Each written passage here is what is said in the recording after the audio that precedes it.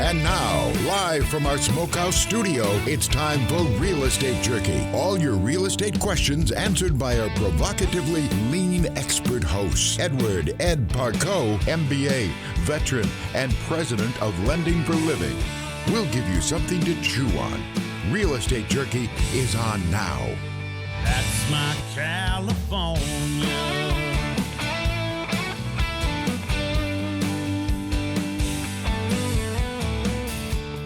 Thanks for joining us here on Real Estate Jerky. I'm your host, Ed Parcaut, president of Lending for Living, along with Marlene Chaplin, my trusty sidekick and co-host.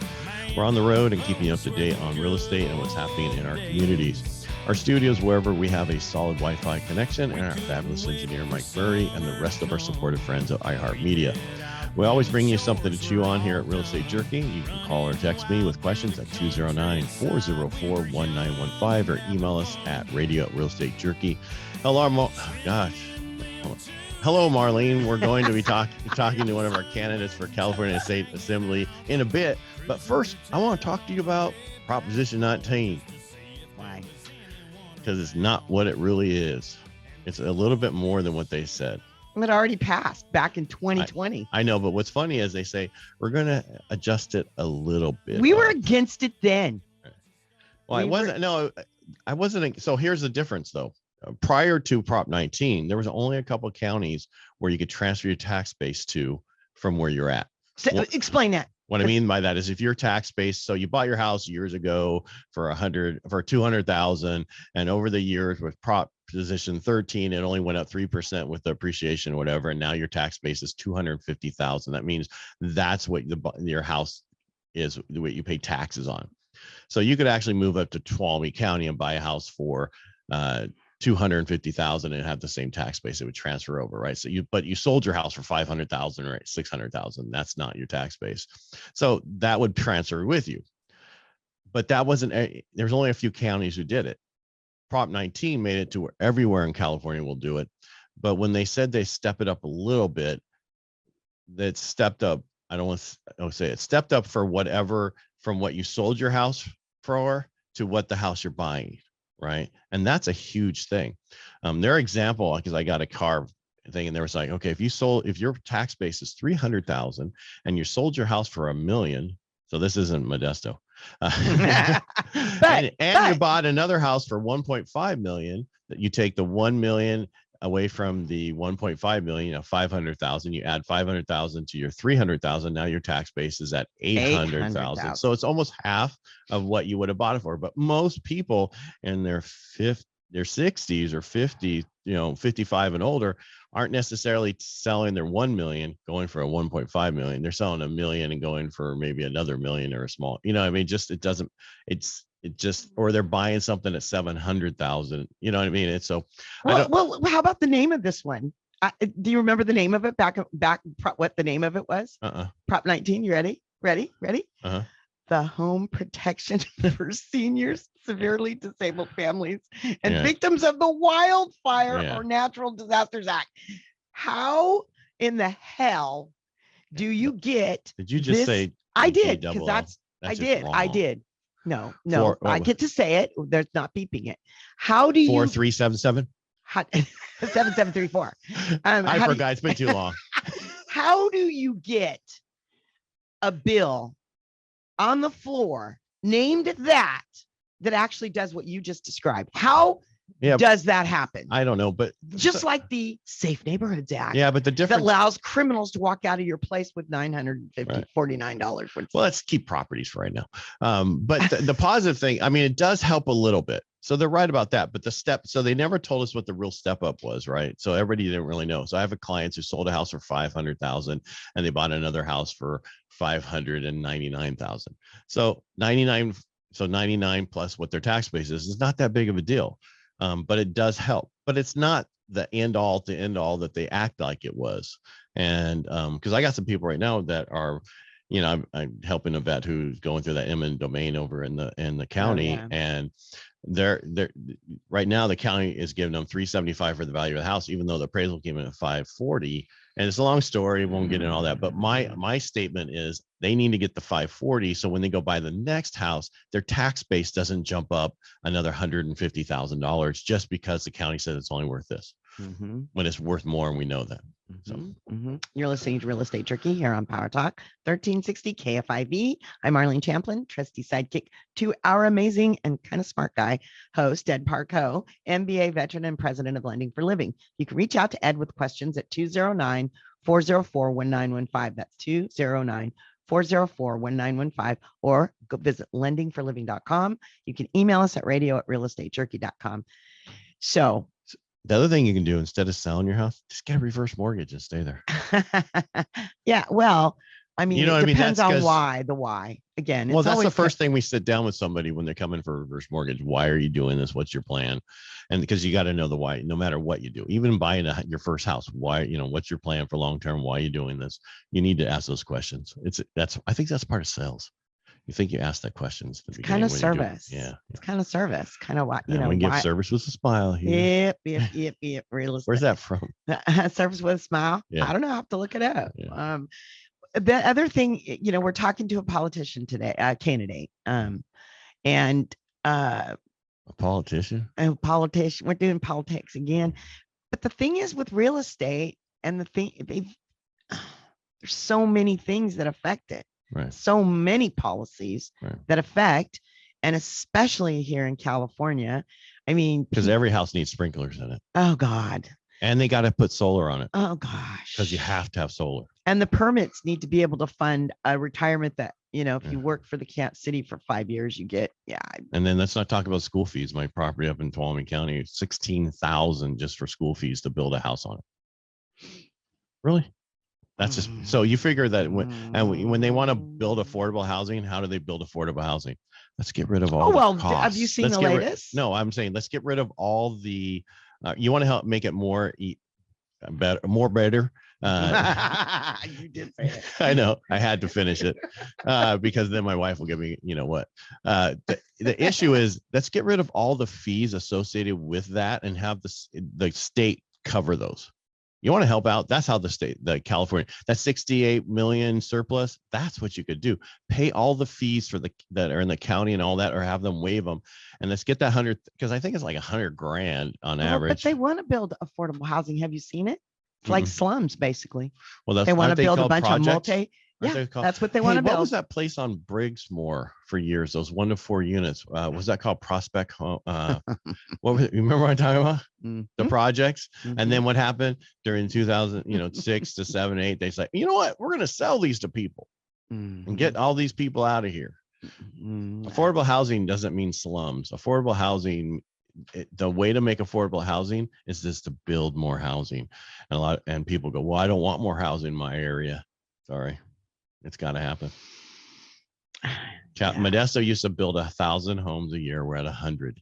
Guess what that means? House values are going to continue to go up. Yes. Well, yeah. I mean, and now we have this whole inflation in the interest rate. And so what's going to happen, Ed? What are we doing? Well, the thing is, you want to buy a house because during inflation, your house, you want to have an asset because it's going to, and if you buy a house, you protect your payment. You know what your payment is. Rent payments go up. I mean, if you look at the last numbers that came out, there was 1.4 million households created. There was 107 year-over-year houses, being built or whatever. And you figure there's 100,000 out of that. Follow my numbers here. 100,000 out of that of houses over every year that goes away because of age and everything. So we have 200,000 homes that are surplus that can go towards the deficit of 4.3 million.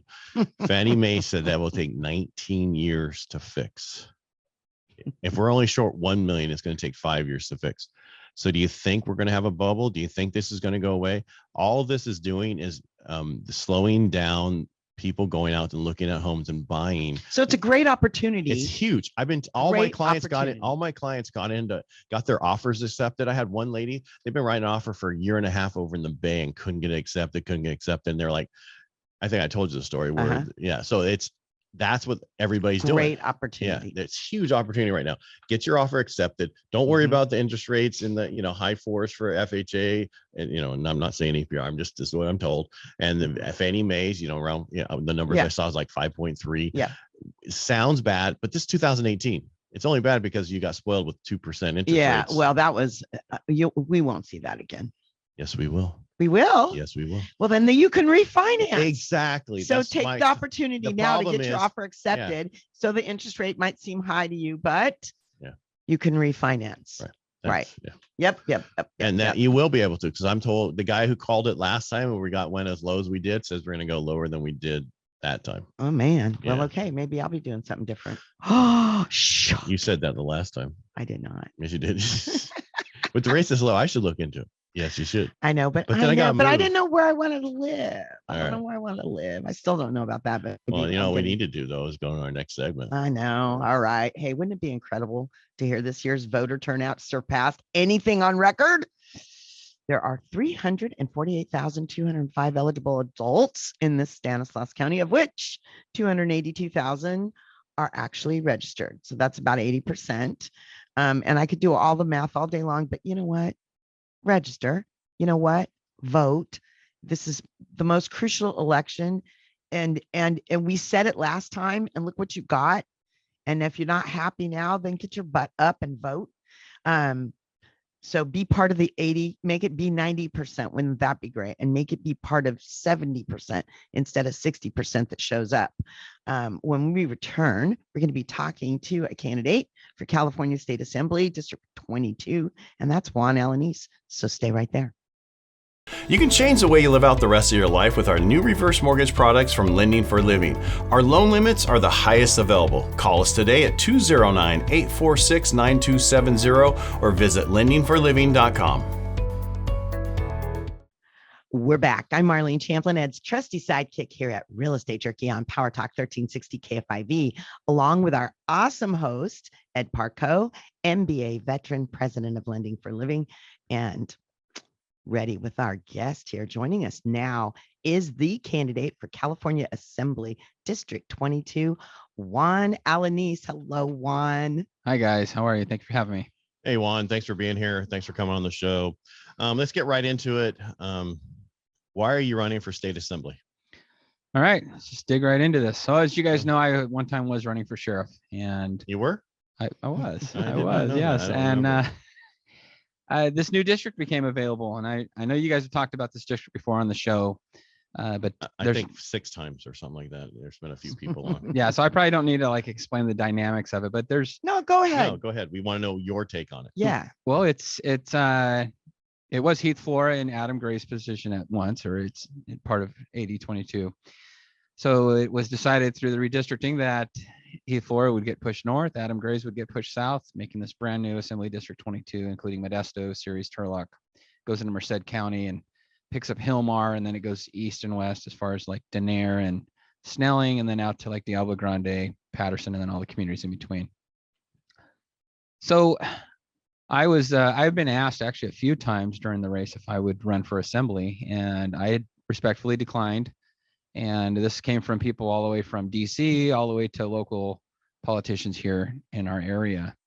And actually even one of my opponents in this race at one time had actually tried to encourage me to run for this position, but I was still pushing forward at the time for the sheriff race. And then it finally, things started lining up. It's you know what, I could do a lot more for our community in Sacramento. I could take my 27 years of experience in law enforcement and take it to Sacramento and help try and fix, not necessarily make up. I think we have enough laws as it is and rules.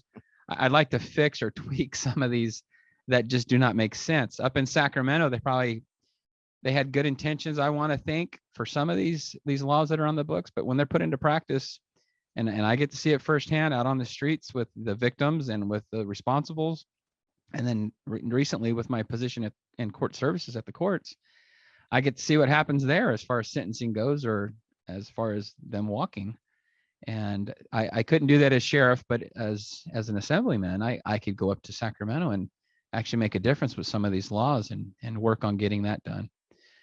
So that was the big thing, and the big why, and we'll probably get into them more with like the propositions and like AB 109 and all those things were my original why. But my trips up to Sacramento, I've probably spent a dozen trips up to Sacramento meeting different groups and learning from them what's going on in California to see if I would be supportive or against.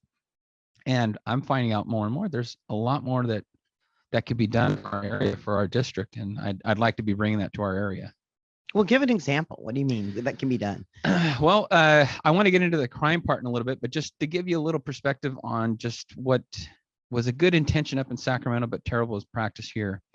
Free lunch program. So I used to be a school resource officer for 4 years, and one of my tours was at Tuolumne Elementary School, and low income there. And so the state provided free lunch. And I think that's great up there. That's great. Thank you. Providing free lunch for the kids, something they probably get at home. But here I am sitting with my students having lunch with them, and I'm watching the garbage cans, and I'm watching kids throw away full chocolate milks and whole milk and fresh fruit. And I'm like, this doesn't make sense to me. They're not being used. They're getting trashed. What a waste of money. And I talked to the staff there, and they're like, well, part of the free lunch program is we need to provide this to them. And what they do with it from there is up to them. So they have no say so. Well, I don't work for the state. I don't work for the school district. So I took it upon myself. You know what? I'm going to put some boxes out. And I asked my students before they threw it in the garbage, would they possibly put it in these boxes? And I would go give those to shelters. So that way they're getting used again. We're talking to our guest, Juan Alanis. It looks like Alanis. It's Alanis, candidate for California State Assembly, District 22. You can reach out to Juan at alanisforassembly.com. That's ALANIS for the word assembly.com. And if you've got questions for Ed, which I hope you do, reach out to Ed at 209-404-1915. That's 209-404-1915, and at lendingforliving.com, or you can email us at radio@realestatejerky.com. So, okay, go Ed, go. All right. So my question is, are you going to Sacramento to get reelected? You know what I mean by that? Are you going to go there and do party lines, do whatever it tells you to do? Or are you going to go there and say, I'm going there to make a change, and if I don't get reelected, I don't care? And the reason I talked to somebody yesterday, I'll just say the last few weeks, who's running, and they were saying how their plan is to go there, but they don't think they're going to get anything done because of all the party lines and everything. Well, and that is a big hurdle. One, getting elected, and then making things happen in Sacramento. So the scales are definitely not balanced in Sacramento, as most of you guys know. There's 80 members in the assembly. You have 60 that are Democrat, and you have 19 that are Republican, and one that's no party preference. So it's definitely going to be an uphill for me running as a Republican and being there. But as far as running to get reelected, as far as I'm concerned, I'm pretty much going to have to be retiring from the sheriff's office. So I have a backup plan if need be. I don't need to be there. I want to be there.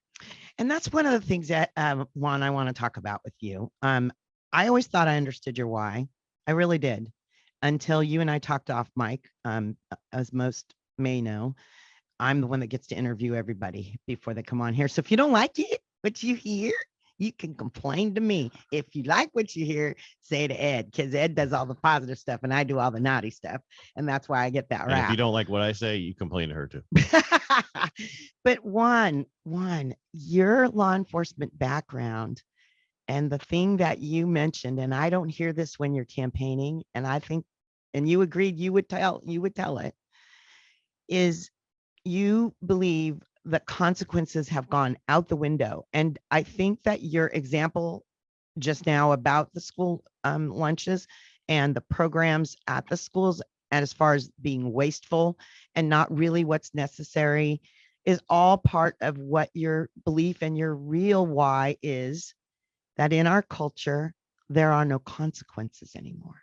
Correct. And so going further past the school lunch thing, good intentions up in Sacramento, but put in practice, not very good. So you have a bill that was passed, or actually you got Prop 47. It was actually passed by the voters, where you have I could go to Home Depot or any department store and still $949 worth of merchandise. and it's basically a slap on the wrist. That's even if it's reported or if I get caught. And this is happening everywhere. And I obviously in my field, I see it all the time. And so these victims or these businesses who become victims, they got to pass it on to somebody. And well, it's going to come to our as consumers. And I'm sure even with you guys with the real estate market, that's another reason why it's hard to build now, because now these prices, besides inflation, are going up because there's no consequences on the stealing of items from these businesses. And to go even further in that, talking about consequences that you and I talked about, and especially here in Stanislaus County, we unfortunately have been hit really hard with officers being killed in the line of duty. And one of the consequences, or one of the reasons that would basically make them think twice about doing this, would be the death penalty. The death penalty was something that was usually an automatic if you killed a law enforcement officer. And that's not on the table anymore. For those that were following the Dennis Wallace case, Machado, basically that was off the table. So he didn't have to worry about that. And yeah, he ended up getting sentenced a few weeks ago. But back in the day, that would have never happened. He would have been looking at the death penalty right away. And so now the deterrent for that to happen is gone. And that's for other, that I'm just going to the extreme end with the death penalty. But wait, that's not extreme. You and I talked about that. That is not extreme. That is scriptural. That is biblical. That is what this country was founded on. You do the crime, you suffer the consequences. And I don't think that's extreme at all, Juan. Well, I commend you for being willing to put it out there, because we live in a state that while we have the death penalty in play, we don't. No one goes to death. Nobody goes to, well, 2019, wasn't it Newsom that signed over and said, and then in 2008, I mean, we've had, so basically we don't have it. Right. We don't, it was inhumane to do that. And well, the problem was, or is what you wouldn't, people would never, I mean, the mob wouldn't even shoot a cop, right? Back in the day, because they knew what would happen. They wouldn't do this, or we wouldn't do it. And now you have today where it's okay. It's not a big deal. It's not, it's not a big deal for us to do all the stuff that we're doing. And that's a problem. We need to have back to, if you do it, you're going to pay for it. It's a crime. It's no longer $950. It's a misdemeanor, and they're not going to arrest you. You can get get 20 people to come and do all this. And now you got millions of dollars taken.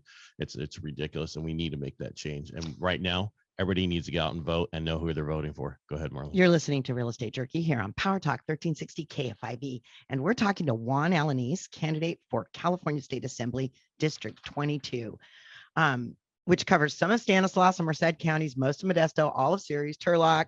So that's most of you listening in the Signal area. If you're not sure which district you're in, Juan has a great map on his website, Alanis for assembly.com. That's ALANISFOR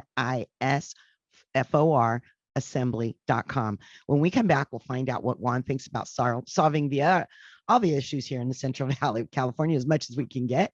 And our host, Ed Parcaut, will be here too to solve your home loan issues. Always something to chew on here with Real Estate Jerky. Stay right there. Our new reverse mortgage product limits can change the way you live out the rest of your life.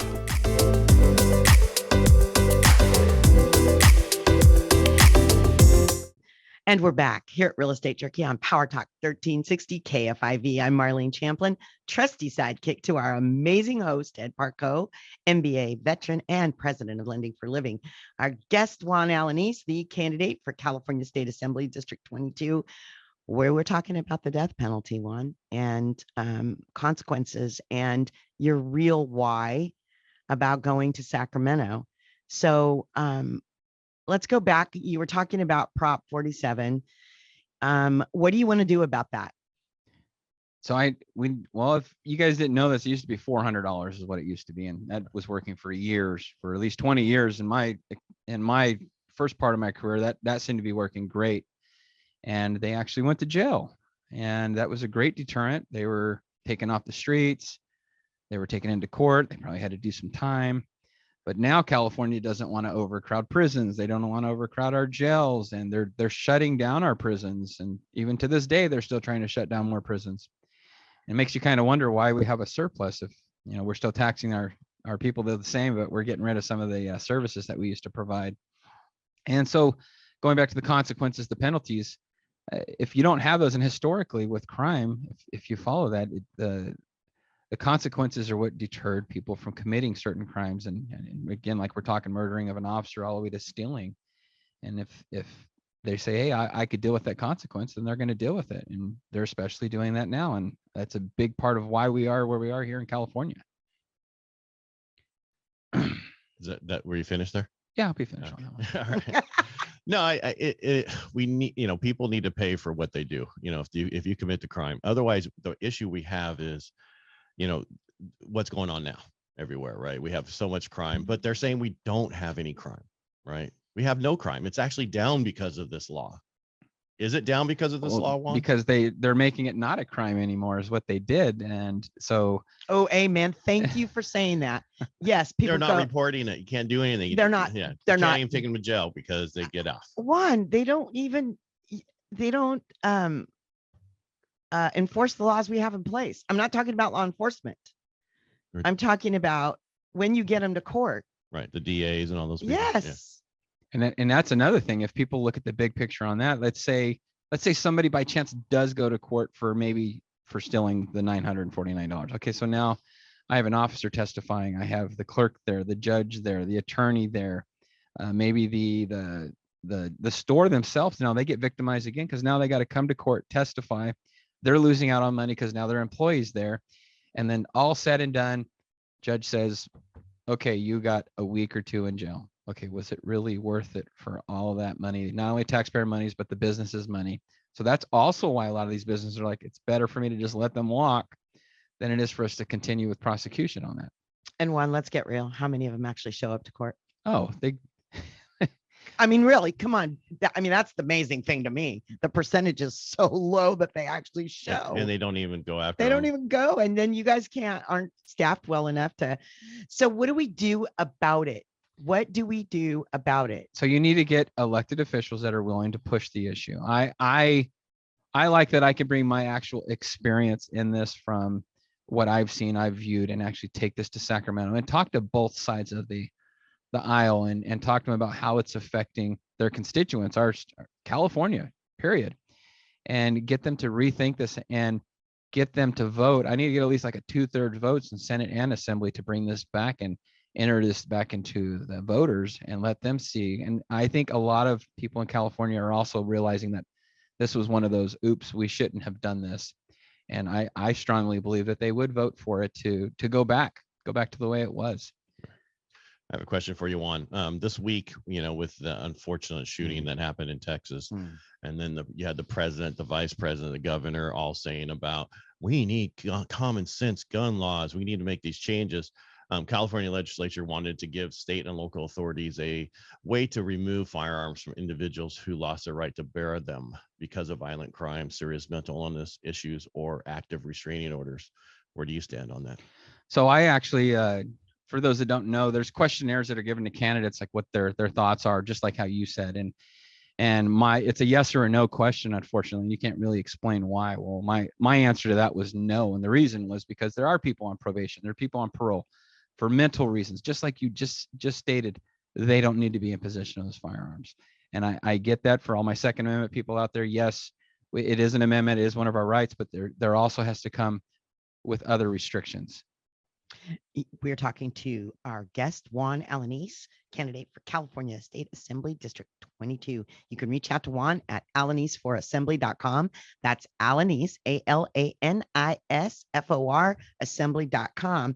And if you'd like to reach out to Ed, please do. I hope you have questions for him. Because you're supposed to be buying homes. Doesn't matter how crazy it is. Eventually after the primary. 209-404-1915. That's 209-404-1915. Or at lendingforliving.com, or you can email us at radio@realestatejerky.com. Hey, I want to go back to this real quick. All right. So you said no. Clarify that a little bit more for people listening, why you mean no, about why you said no. Because I don't want them to think that they're coming after you now because of, all of it. Go back through just real quick why the no part of it. Okay, so for those that out there that are listening and or understand or don't understand, when somebody's put on parole or somebody's put on probation, part of those terms are that they cannot own or possess firearms.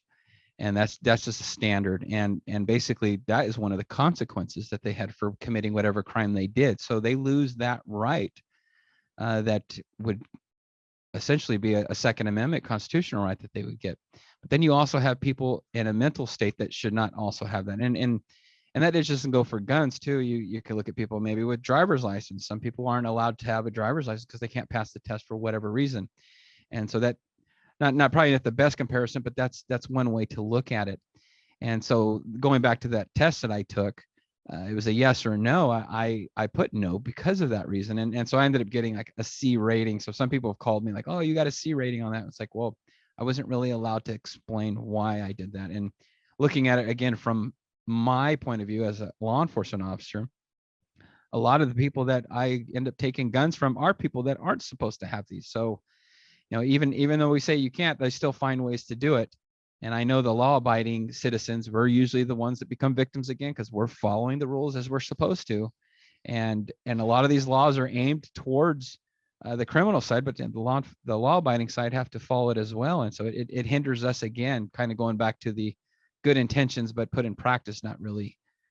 Well, there's a whole list, and we're going to get short on time. There's so many on the list. There is, you saw one, what I told when you and I talked, I said, I'm going to do the research. There's a list, there's a mile long, a whole page, not double spaced, single spaced. There's a whole page of bad laws in place that have come down in the last 2 years. 2 years, people. So, and Juan, you've agreed. If can I post that list? These are all things you agree either need to be repealed or tweaked. And don't worry, we can always go over them on the live on Tuesday. Oh yeah, because you want to wait till Tuesday and we can. Well, because we're gonna run out of time. We only have like another 4 minutes for you. Okay. Yeah, and okay. That's the reason I do the lives. You know, because you can go for a half hour, and not be interrupted by Marlene while we're talking. Oh, slap! You're so lucky. It's important stuff she does. I'm just saying, there's no interruption. You keep going. Here's why I'm bringing it up. Here's why I'm bringing it up, because Ed, you say it well about voting with your pocketbook and voting with morality. You can't legislate morality, and so if you have some, then you better get to voting for somebody else who's on the same page as you. And these bills and laws that are in place, like the safe neighborhood. That's what Prop 47 was called. Should have been safe neighborhood. It was deceiving. Yeah. Oh, it's a lie. Yes. Deceiving. Yeah. It's a lie. Before we get into a lot of that, another question we had was, have you had a conversation with the California GOP after, I guess, one of your other opponents got their endorsement? Have you said, what the heck?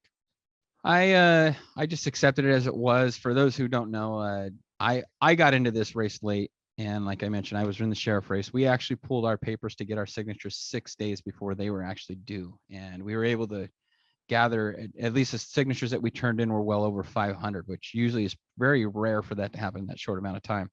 And they were all live, right? And they were live people. And at least at the time when they signed, but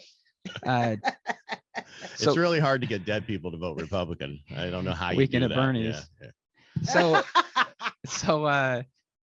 So when I went to this GOP Zoom meeting that they were doing endorsements on, actually the other candidates up and down the state were actually asking the GOP to please wait, because the last filing date was actually the 11th, I believe, on March 11th, and they were doing this a week or so before that. And as I mentioned before, one of my opponents was already pretty much the endorsed candidate from Stanislaus County. Actually, he was the one that I was pushing for when I was running for sheriff, and he got the endorsement. I had people from the board even saying, sorry, Juan, we were already going for him. And it's like, I completely understand. I got into this race late, and that's on me. I was, however, able to get Merced County's Central Committee endorsement. And unfortunately for me, it was a week after the GOP meeting. So I didn't have anything to show when I came there. There was actually a little hiccup when I went to the meeting. Right before I was about to talk, I got 2 minutes to speak. Right before I'm about to talk, the vice chair comes up on the Zoom and says, you know what? Juan's not even a Republican. And I'm like, I'm just sitting there. I didn't know what to do. I'm like, how do I show proof? I'm on a Zoom meeting. You guys are in Sacramento. And so they had to do some looking up, and some were arguing that I shouldn't even talk. And so I did. I was able to talk, but it was already, they pretty much were, it was signed the way it was going to be. And so he got the endorsement. And then a week later, I ended up getting Merced's, but it was too late. And so for the record, you are Republican. I am. For the record, you do have the Merced County Republican endorsement. I do. And you have a whole. There's a lot of counties in this district. Boatload. Yeah. There's only 2 in this one. Oh. Now, Senate and Congress, they have lots of counties. I'm fortunate I only have to worry about 2. But even though I didn't get the GOP endorsement, I have the GOP. I have the assembly leader, James Gallagher, Heath Flora. I have a long list of assemblymen that are behind me. And actually, they even did a fundraiser for me and a few other candidates up in Sacramento, and it did not include that candidate that was endorsed. So even though the committee went one way, the leadership is going another way, and I'm pretty blessed in this race because of that. And just so you know, I don't vote because the GOP tells me to vote a certain way. I vote for the right candidate that I know about after I have my interviews with them. Well, thank you. Right. That's what you have to do. You have to get to know we had a caller last night when I was, I should say earlier this week when I was on the Travis Carey show, and he was like saying he doesn't have time to listen to the people out there. And I said, well, did you know that Real Estate Jerky, we do a live and we've actually had conversations with them half hour or more, and then at the end they say for 5 minutes, why should they vote for you, and all that's on our YouTube channel. So you can go there, see those things, and then if you like that candidate, you can go see the half-hour interview. So, and now we're running out of this. I had to get that in there. I know. I'm glad you did. Yeah. Juan, thank you so much for joining us today. I wish that time is always our enemy. Yes. That's why we have Tuesday. That's why we have Tuesday and Thursdays, Tuesdays and Thursdays, Real Estate Jerky live on Facebook. So, yeah. So we're at the end of the segment. We've been talking to our guest, Juan Alanis, the candidate for California State Assembly, District 22. And if you get the opportunity this coming Tuesday, as we mentioned, May 31st at 11 a.m., you can ask Juan questions on Real Estate Jerky live on Facebook in real time. So you just visit Real Estate Jerky on Facebook. And when we come back, we're going to talk about reasons to stay in California and why it's so very, very, very important to vote, especially this election. We'll look at Juan's campaign in District 22, the real estate market, and whatever we decide to share when we come back. There's always something to chew on at Real Estate Jerky. You don't want to miss it. You can change the way you live out the rest of your life with our new reverse mortgage products from Lending for Living. Our loan limits are the highest available. Call us today at 209-846-9270 or visit lendingforliving.com.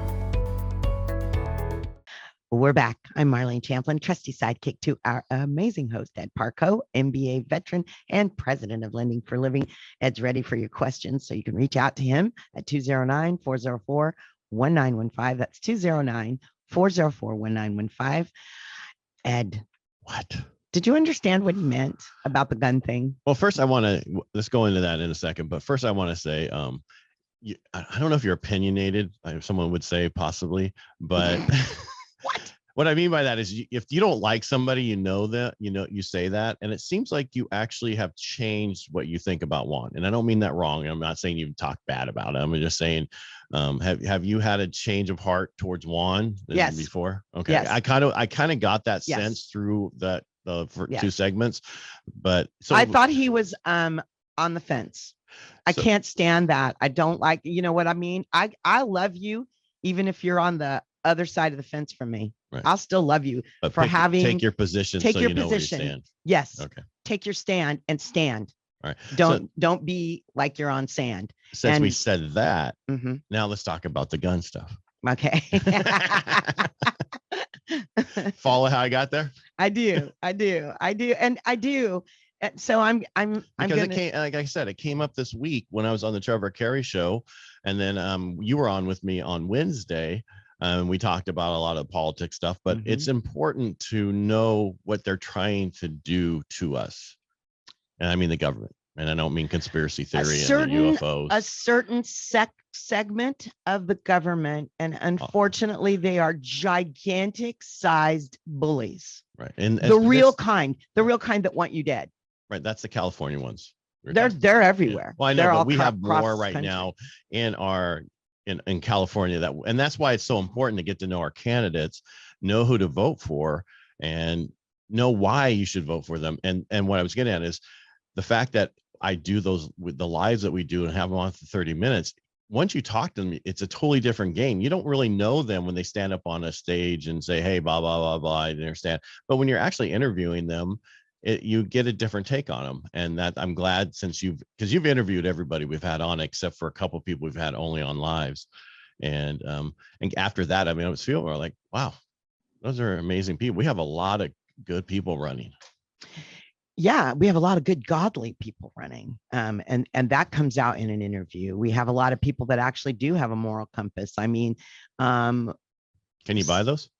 Can you buy those people? Moral compass. See, here's the thing. Because I know I can get a regular compass. I just know I can get a moral Can compass. you buy those people? Unfortunately, the lure of money. Right. That's the whole why I Jesus talked about money more than he talks about anything in the Bible. That's why I asked Juan if he's going money. there for permanent, trying to be a career politician, or if you're just going one time.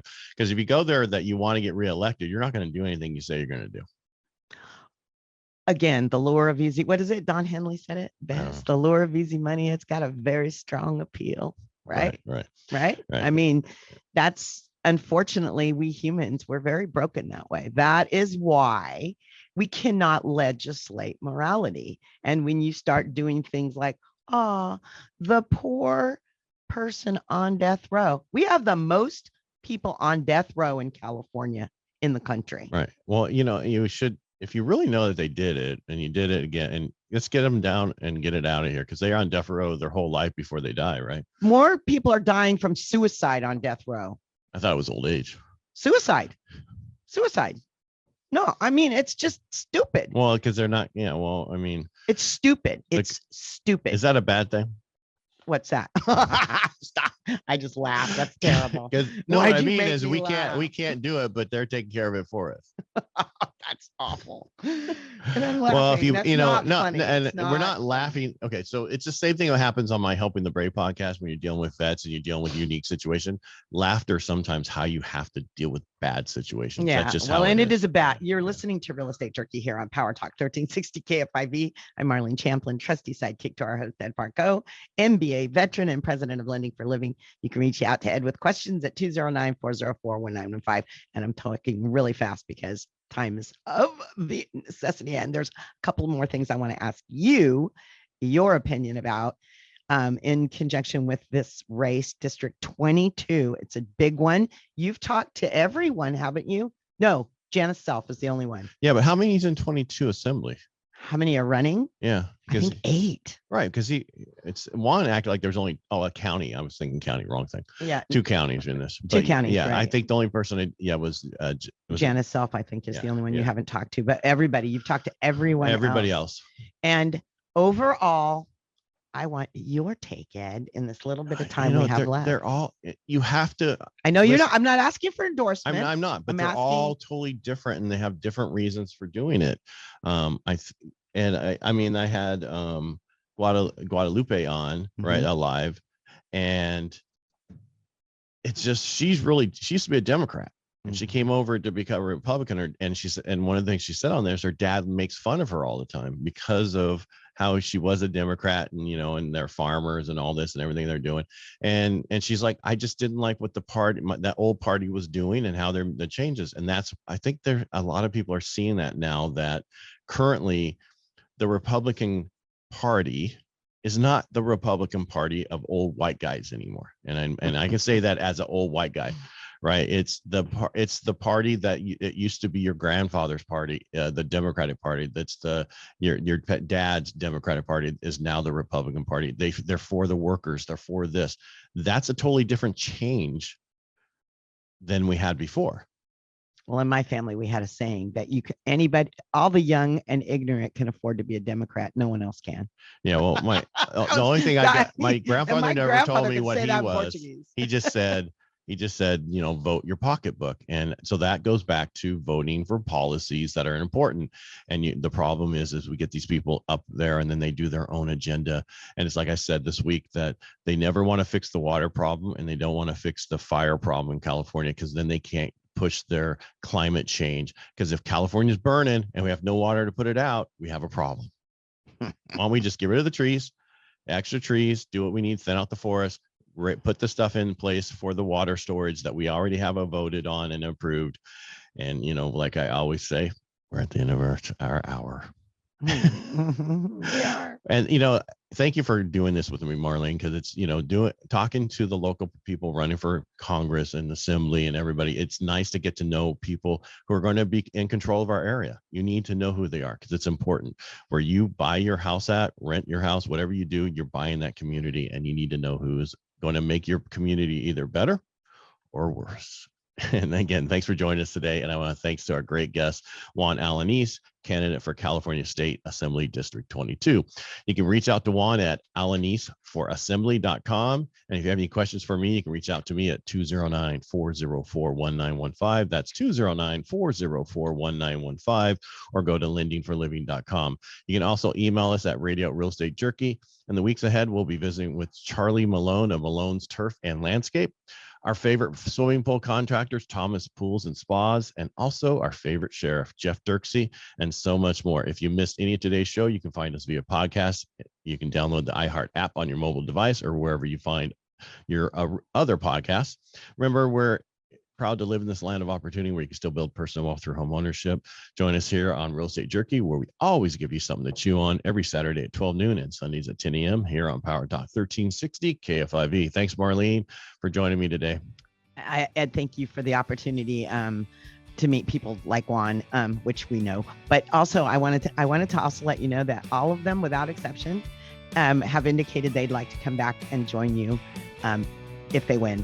So I think that's a testament. Every single one of them, whether their party line, didn't matter. They all said to me after the fact, we want to come back on. And I said, I'm sure that I want to pass that on to Ed. So there you go. Well, thanks. It's about having a good conversation, knowing who they are. I don't go one way or another. It's not about that. Anyway, my number's license number is 235-384, and we'll talk to you next week. 'Cause we got small towns and farmland, folks who still